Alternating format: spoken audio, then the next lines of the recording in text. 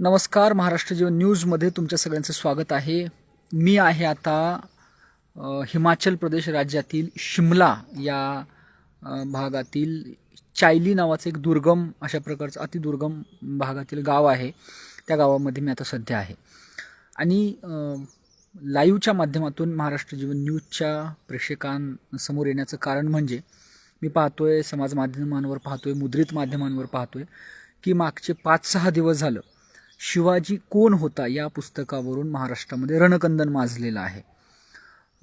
ज्या पद्धतीनं बुलढाण्याचे आमदार संजय गायकवाड यांनी शिवाजी कोण होता या पुस्तकाचे प्रकाशक प्रशांत आंबी यांना कॉल करून शिवीगाळ केली.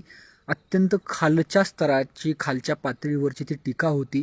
कोणत्याही लोकप्रतिनिधीने कसं वागू नये याचा एक वस्तुपाठ संजय गायकवाड यांनी महाराष्ट्रातील जनतेला दिला. आणि आज आपण पाहतोय की शिवाजी कोण होता या पुस्तकाचं जाहीर वाचन आणि आमदार संजय गायकवाड यांना अटक व्हावी या मागणीसाठी प्रशांत आंबी यांनी पुरोगामी विचाराच्या सगळ्या कार्यकर्त्यांनी बुलढाणा शहरामध्ये ज्या पद्धतीनं आंदोलन करण्याचा प्रयत्न केला, तर ते आंदोलन दडपण्याचा सुद्धा प्रयत्न देवेंद्र फडणवीस आणि त्या सगळ्या पोलिसांकडून सरकारच्या वतीनं झालेला आहे. तर मला असं वाटतं की महाराष्ट्रामध्ये जी जनता राहते त्या जनतेला 2-3 महत्त्वाचे प्रश्न का पडत नाहीत, जे पत्रकार म्हणून मला पडतात, ते प्रश्न मी या ठिकाणी तुमच्यासमोर उपस्थित करतोय. त्या प्रश्नाबद्दल तुम्ही सुद्धा विचार करायचा आहे. साथीनो, पहिला प्रश्न, शिवाजी महाराज हे महाराष्ट्रामध्ये सगळ्यांचं दैवत असले, सगळ्यांचे महापुरुष असले, आपलेसे असले, तरी छत्रपती शिवाजी महाराज हे कुणाचं एकट्याचं कॉपीराईट नाही. त्यामुळे कोणताही आमदार, कोणताही खासदार, कोणताही लोकप्रतिनिधी, कोणताही एका विशिष्ट विचारसरणीचा कार्यकर्ता, नेता येऊन शिवाजी महाराजांना महाराष्ट्रातील सामान्य जनतेने काय संबोधावं हे सांगू शकत नाही किंवा त्यांनी कुणी सांगावं असा त्यांचा अधिकारसुद्धा नाही. त्याचबरोबर दुसरा महत्त्वाचा प्रश्न, शिवाजी कोण होता हे पुस्तक जवळपास 30-35 वर्षापूर्वी लिहून झालं आणि 30-35 वर्ष झालं शिवाजी महाराजांची जी सच्ची प्रतिमा होती. म्हणजे बरेचदा महाराष्ट्रातील जनतेला हा प्रश्न विचारला जातो की राजेशाही काळामध्ये जगलेल्या छत्रपती शिवाजी महाराजांचं उदात्तीकरण आजच्या लोकशाही काळामध्ये का होतंय, तर त्याचं उत्तर कुठेतरी शिवाजी कोण होता या पुस्तकामध्ये सापडतं.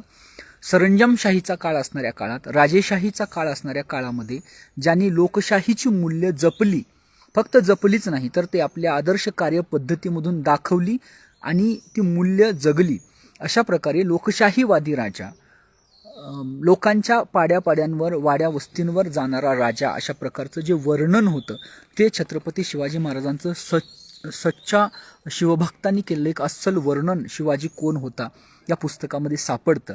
आणि शिवाजी या नावाला घेऊन जो आपलेपणा तुमच्या आणि माझ्या मनामध्ये आहे, एक्झॅक्टली तोच आपलेपणा छत्रपती शिवाजी महाराजांच्या बद्दलची आपुलकी त्या ठिकाणी गोविंद पानसरे यांनी त्या पुस्तकामध्ये मांडलेली आहे.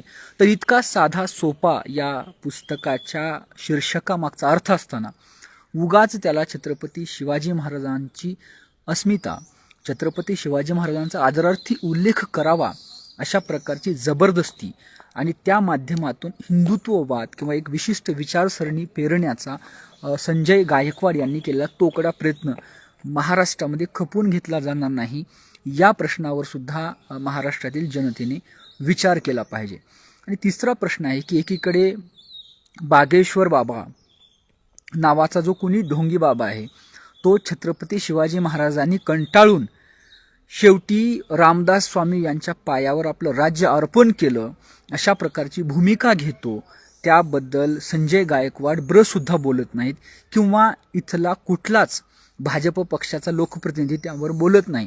मात्र प्रशांत आंबी, जे पुरोगामी विचाराचे, कम्युनिस्ट विचाराचे, डाव्या चळवळीचे कार्यकर्ते आहेत, कट्टर छत्रपती शिवाजी महाराजांची शिवभक्त आहेत, ओरिजिनलवाले, त्यांना धमकावण्याचा, त्यांच्यावर दडपशाही करण्याचा प्रयत्न संजय गायकवाड आणि पर्यायाने इथलं प्रशासन करतंय.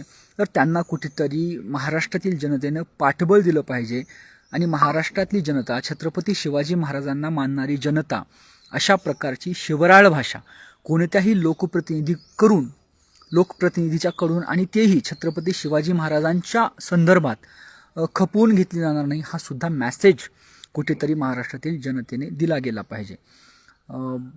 संजय गायकवाड हे आमदार आहेत म्हणून त्यांना वेगळा कायदा, आणि प्रशांत आंबी हे सामान्य नागरिक आहेत म्हणून त्यांना वेगळा कायदा, हा दुटप्पीपणाचा जो काही कळस महाराष्ट्राच्या सरकारने गाठलेला आहे तो सुद्धा कुठेतरी बंद झाला पाहिजे. यासाठी महाराष्ट्रातील जनतेने एकजूट होणं महत्त्वाचं आहे. या सगळ्या संदर्भावर आपण विचार केला पाहिजे आणि शिवाजी कोण होता हे पुस्तक आपण वाचलं पाहिजे, अशी मागणी आता महाराष्ट्रामध्ये जोर धरत असताना दिसत आहे. मी विक्रांत शंके, कॅमेरा पर्सन मी स्वतः सह इथून हिमाचल प्रदेशची राजधानी शिमला येथील एका दुर्गम भागातून तुमच्यासाठी वार्तांकन करत आहे. या सगळ्या प्रक्रियेबद्दल आणि माझ्या विश्लेषणाबद्दल तुम्हाला काय वाटलं हे कमेंट करून नक्की कमेंटमध्ये सांगा आणि पाहत रहा महाराष्ट्र जीवन न्यूज. धन्यवाद.